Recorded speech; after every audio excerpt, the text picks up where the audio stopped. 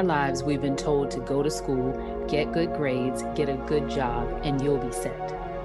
How's that working out for you?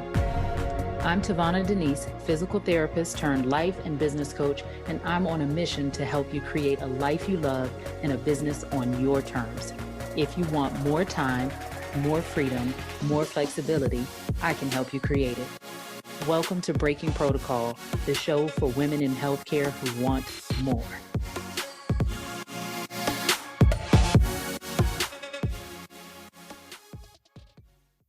May is Mental Health Awareness Month, and I want to talk about feelings. How does that relate to redefining strong? I'll get to that, but I've been thinking about this a lot because I've been thinking about my own feelings, especially as the gravity of our situation sets in. I've been thinking about burnout and why some of the most accomplished, driven, intelligent women I know hit the wall or never start at all, right? A couple of months ago, I straight up had a meltdown. I cried enough to where it probably made up for the years where I can't even remember the last time I cried, right? Even after a major breakup, I don't remember crying.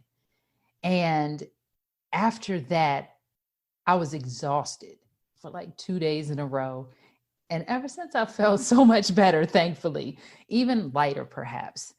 But the funny thing was, a week prior, I had coached at least 3 of my clients on the very same thing, hitting the wall, which after talking to so many of them, I really kind of equated to resisting our feelings versus feeling our feelings.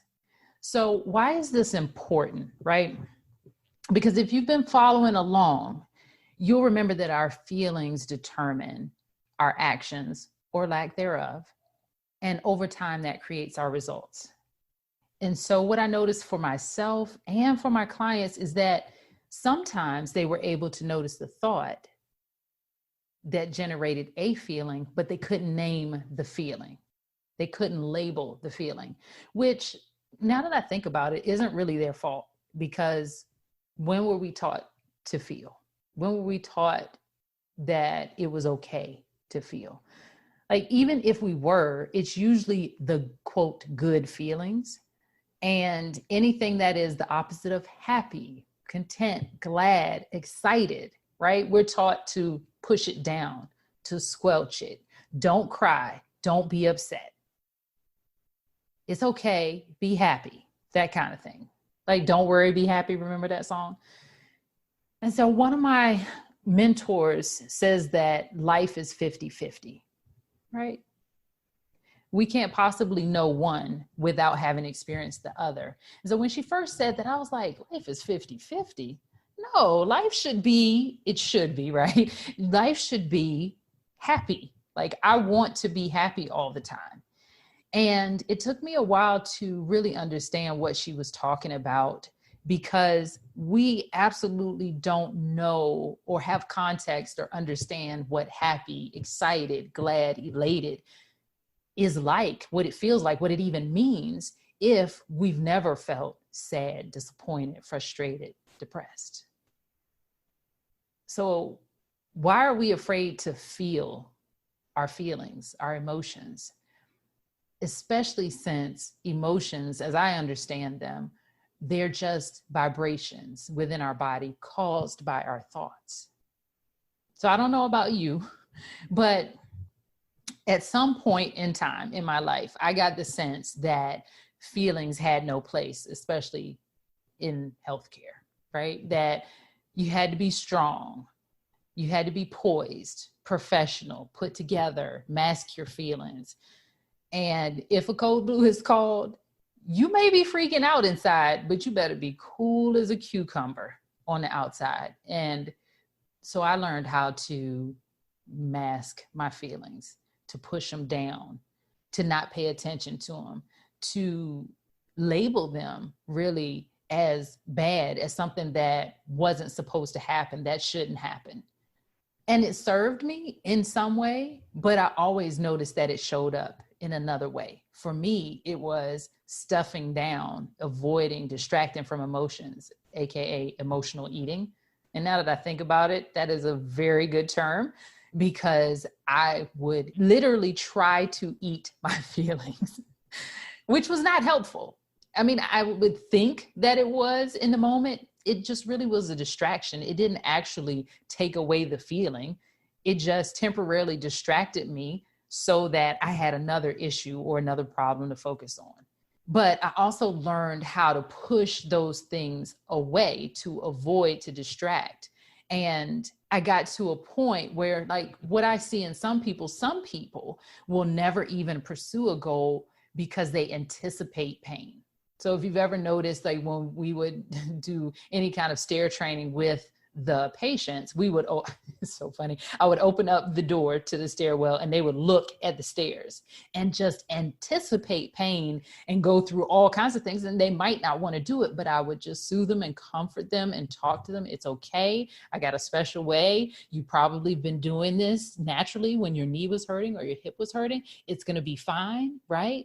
And we take them up the stairs in that special way that we know how to do. And they're like, oh, that wasn't so bad. And it's the same thing when we have these emotions, these negative emotions like frustration, confusion, disappointment, anger. We can do the same things to ourselves. We can talk ourselves down. We can say, it's okay that you feel this way. It's okay to feel afraid. We're going to still do it. We're going to get through it, right? But what do most of us, including myself, what do? We try to avoid it. We try to ignore it. We try to push it away. I know for me, there was many times where I was like, no, I don't have time for that. I got stuff to do. And I meant time to feel afraid, time to feel confused, time to feel frustrated. So I used force to get through until I would hit the wall. And then I would be exhausted, right? So has that ever happened to you where you're like, you just go and go and go and you're like, I don't have time for this. Just keep pushing. And then you're out, completely wiped, completely exhausted, but you got through. What I find happens over time, even with the high achievers, the ambitious women that I work with, is sometimes you are so used to that pattern and you know it for yourself. You know, like, I'm going to go, go, go, go, go, and then I'm going to crash. That sometimes for some people, you get to a point where you're like, I'm not even going to start that project because I know if I start, like, I have no black and white. It's all in or nothing. So I know if I get started, I'm going to go and push and ignore myself, ignore the boundaries, ignore the self-care. And then I'm going to be exhausted. You don't know how to regulate your own energy, so you don't try. So why is this happening, right? Why does this happen that we have this go, go, go attitude and then we crash? We think we need to do more things, right? To get the job done, to get to the goal, to have the success, to get to the other side. But what if the problem is not that you need to do more, right? What if the problem is not that you're actually doing too much? What if the problem is that you're actually resisting your feelings and that you might possibly be exhausted from not allowing yourself to feel afraid? It makes me think of the concept of what at least I was taught, and I know many of us were taught, of what it means to be strong.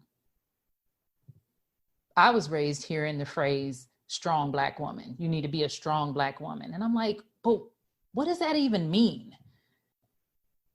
Does it mean physically strong? And if it means emotionally strong, what does that mean? Does that mean that you can't have negative feelings? Because I know whenever I resist my feelings, I don't feel strong. I feel exhausted. I feel depleted. I feel weak after. I actually had one of my clients say that she felt like she had to be strong for her kids and keep it together. And this was after we talked about why some things in her business weren't moving forward. And she was like, well, every few weeks, I'm just out for a couple of days. I just couldn't do anything. And it's one of those things where she was like, well, but I have to be strong for the kids. She was experiencing some negative emotion, some discomfort as she was going through life, as we do. It's not always rainbows and peaches every morning when we wake up. Sometimes we're a little bit confused or frustrated, right? But she was resisting those feelings. And when after a while, she hit that wall and there was this pattern, right? The pattern of go, go, go, go, go, ignore, ignore, resist, resist, and then crash. And I think about it like when you hold a beach ball under the water. If you've ever tried to do that, it is intense and it's hard and it's difficult. But guess what happens when you finally let go? Because you are going to let go, because you're going to get tired. The ball shoots up in the air. And so what if being strong for one's kids didn't mean that you had to, quote, keep it together? What if it didn't mean that? What if it meant that you were able to show all of the emotions and they be all okay? I propose we change the definition of strong. I don't think the definition of strong should mean you don't feel your feelings, that you don't acknowledge when you're feeling sad or frustrated or upset. I think the definition of strong means being willing to say, I'm not okay. To understand that it's okay to not be okay.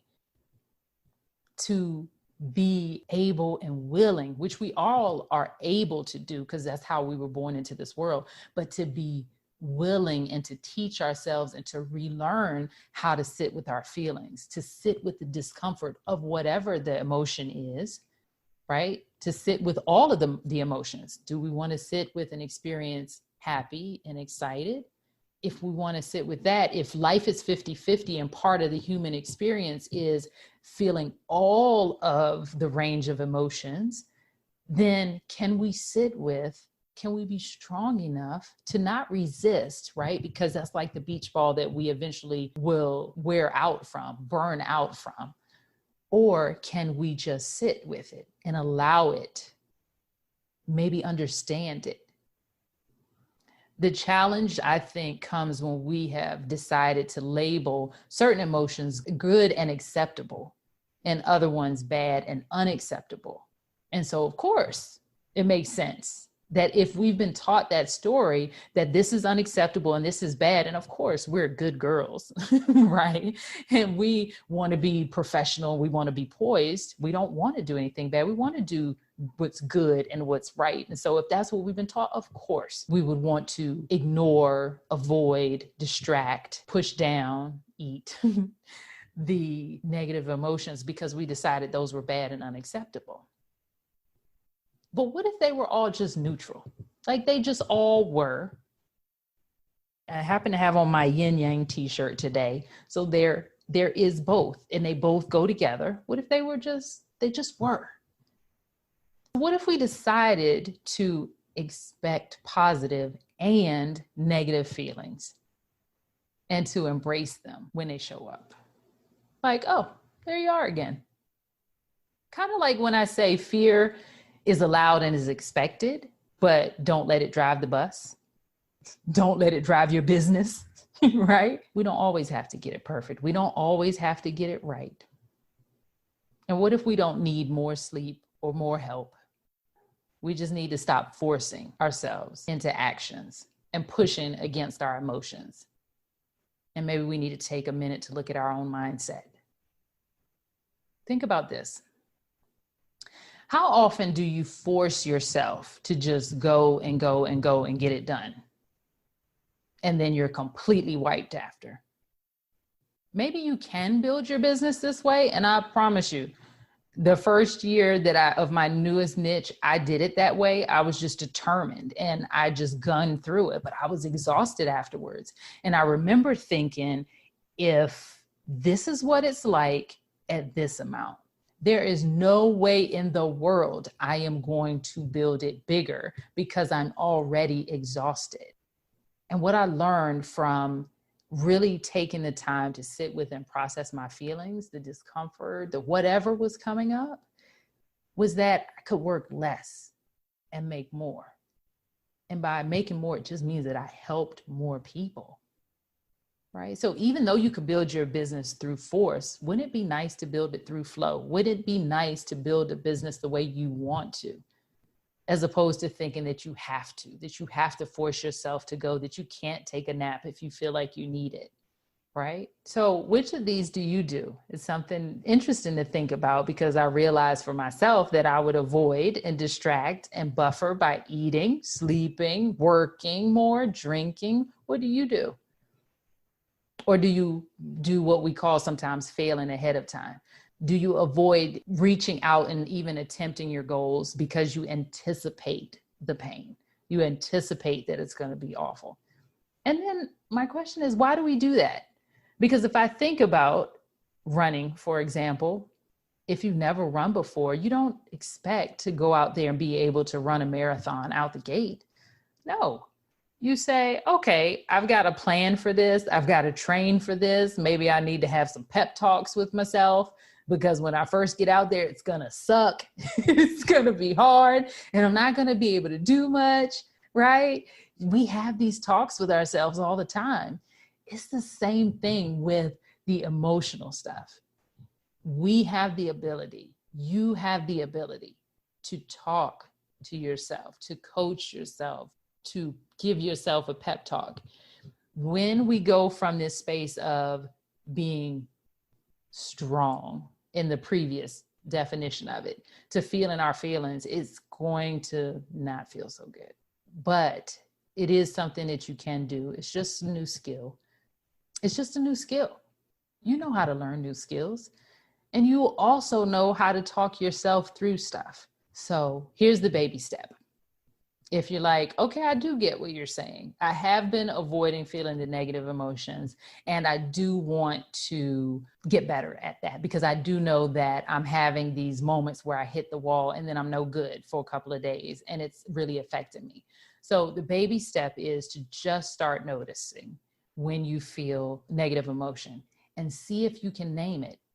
Can you put an emotional label to it? Is it exhilarated? Is it humiliated? Is it excited? Is it exhausted? Whether you feel positive or negative, see, can you start to name it? Sad, disappointed, humiliated, ashamed, frustrated. No judgment. Just see, can you name it? Sometimes just being able to name it takes the power away from it. But try not to label it as this is a good feeling and this is a bad feeling, in that this is right or this is wrong, okay? The next step would be to ask yourself, why am I feeling like this? And your brain's gonna offer some suggestions. Then see if you can have some compassion for yourself.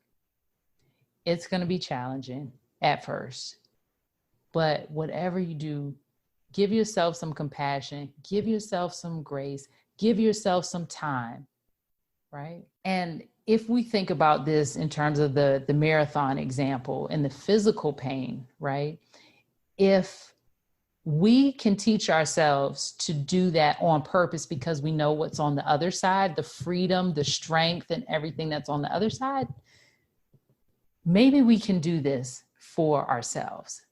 And especially since you're going to be uncomfortable either way. If you're going to be uncomfortable not having the business and life you want, and you're going to be uncomfortable as you feel your feelings, you might as well get what you want.